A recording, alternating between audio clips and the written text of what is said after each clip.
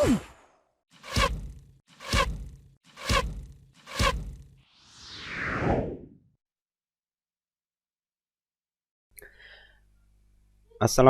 warahmatullahi wabarakatuh. Jumpa lagi dengan kami di channel BAP Education.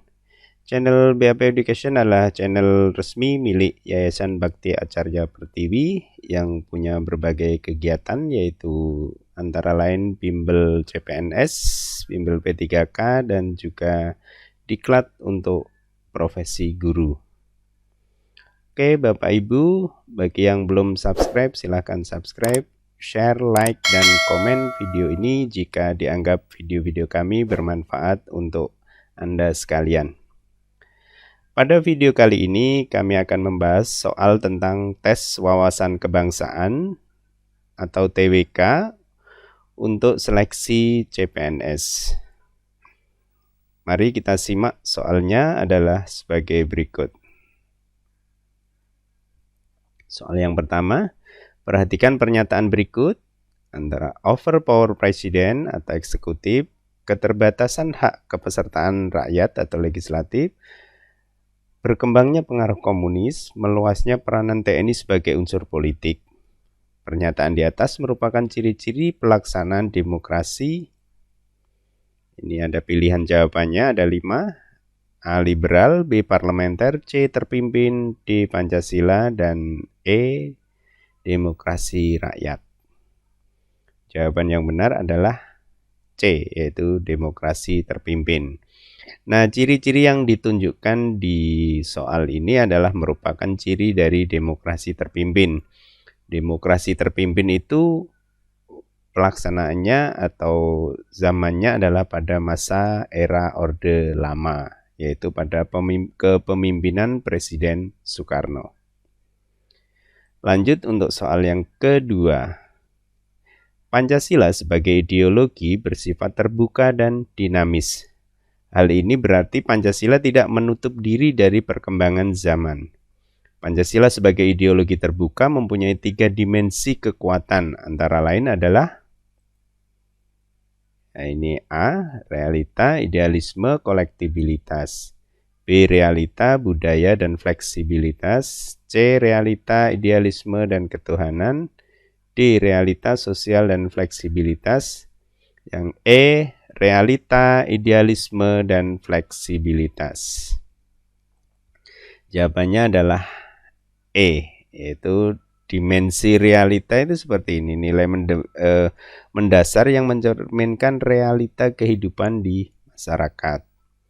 Yang idealisme itu berasal dari kata ideologi, adalah nilai dasar yang mampu memberikan harapan serta cita-cita. Idealisme, kalau kita mempunyai idealisme itu kan mempunyai harapan, cita-cita. Kemudian fleksibilitas adalah Pancasila itu bisa mencerminkan atau menggambarkan kemampuan ideologi yang dapat menyesuaikan dengan perkembangan masyarakat. Kita lanjut dengan soal yang ketiga. Sistem peradilan umum di Indonesia mempunyai urutan kewenangan yang telah diatur oleh undang-undang. Perkara yang telah mempunyai kekuatan hukum tetap akan dilakukan upaya titik untuk menghindari kesalahan. Yang mempunyai kekuatan hukum tetap itu biasanya kalau sudah sampai proses di Mahkamah Agung. Nah, ini ada banding, kasasi, peninjauan kembali, grasi, atau amnesti. Nah, ini khusus yang 2 ini, grasi, amnesti, ini kan kewenangannya presiden. Kasasi ini kewenangannya Mahkamah Agung. Nah, jawaban yang benar apa kira-kira? Adalah C, yaitu peninjauan kembali.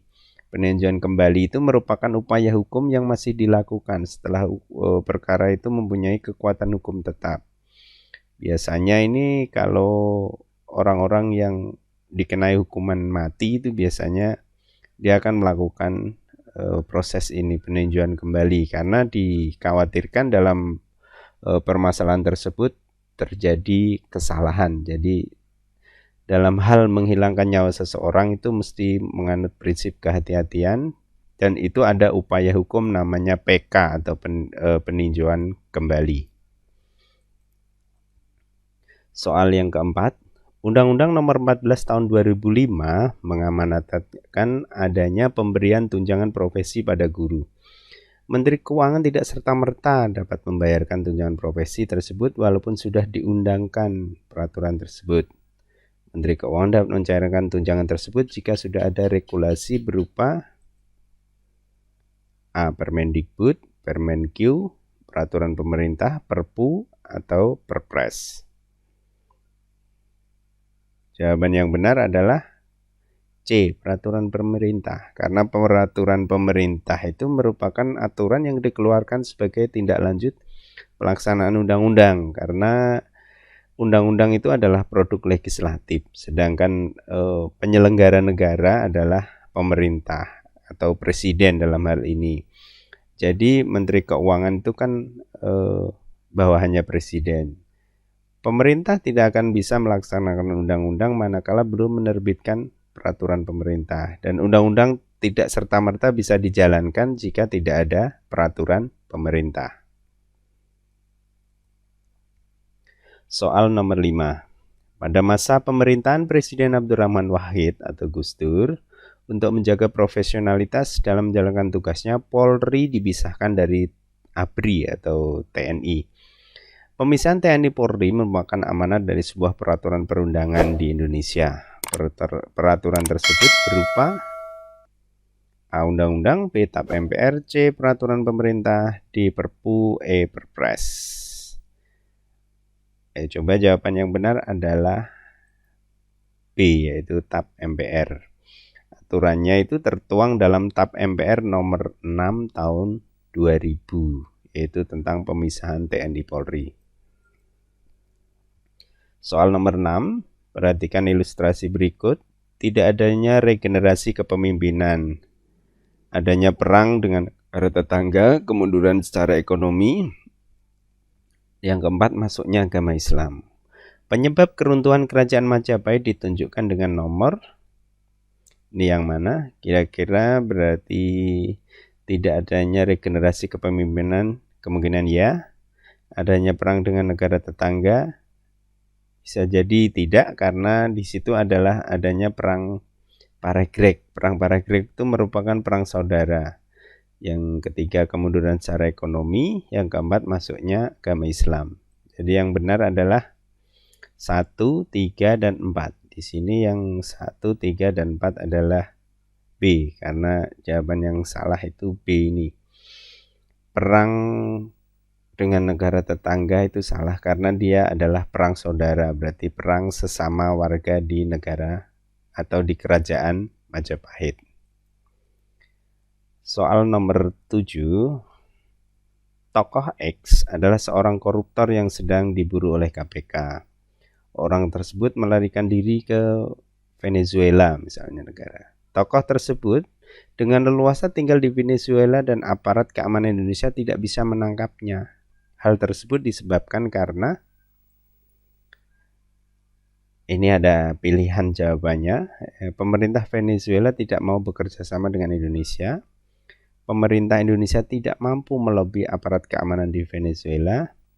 C. Tidak adanya perjanjian ekstradisi antara kedua negara. D. Rumitnya birokrasi di Venezuela berkaitan korupsi dan undang-undang perbankan.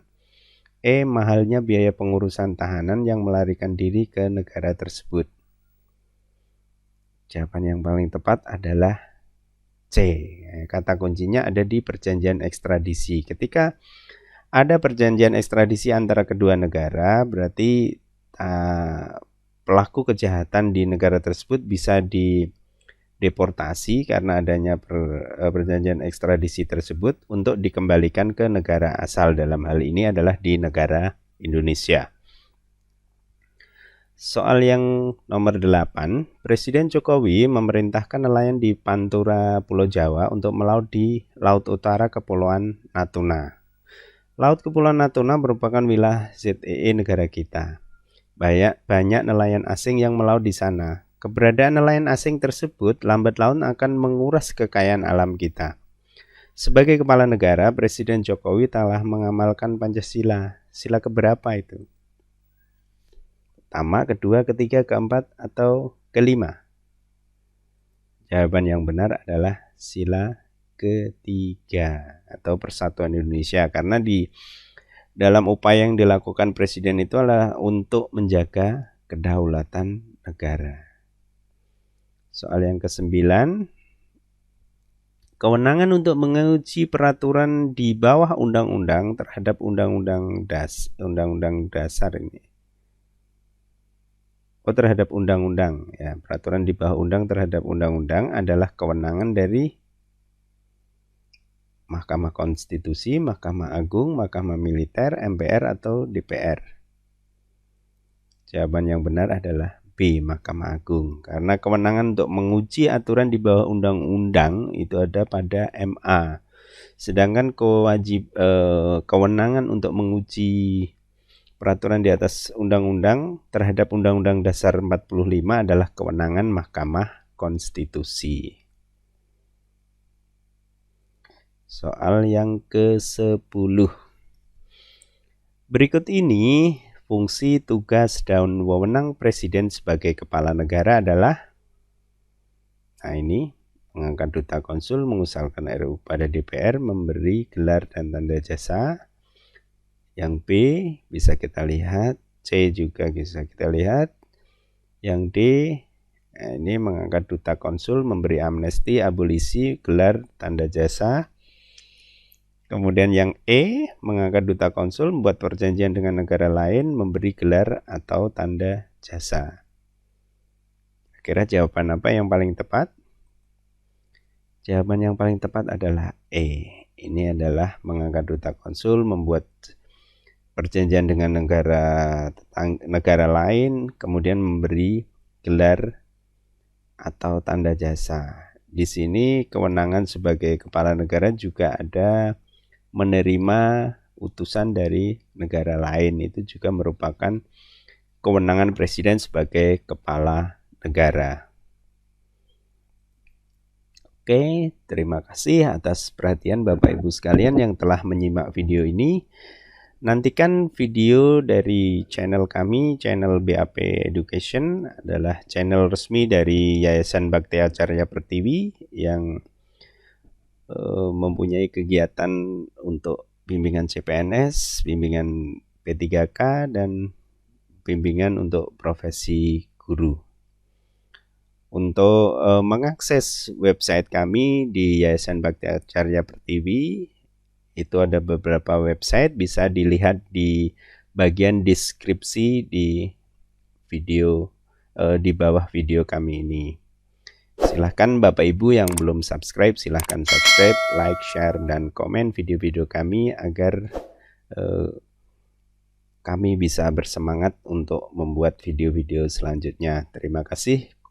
Kurang lebihnya mohon maaf. Wassalamualaikum warahmatullahi wabarakatuh.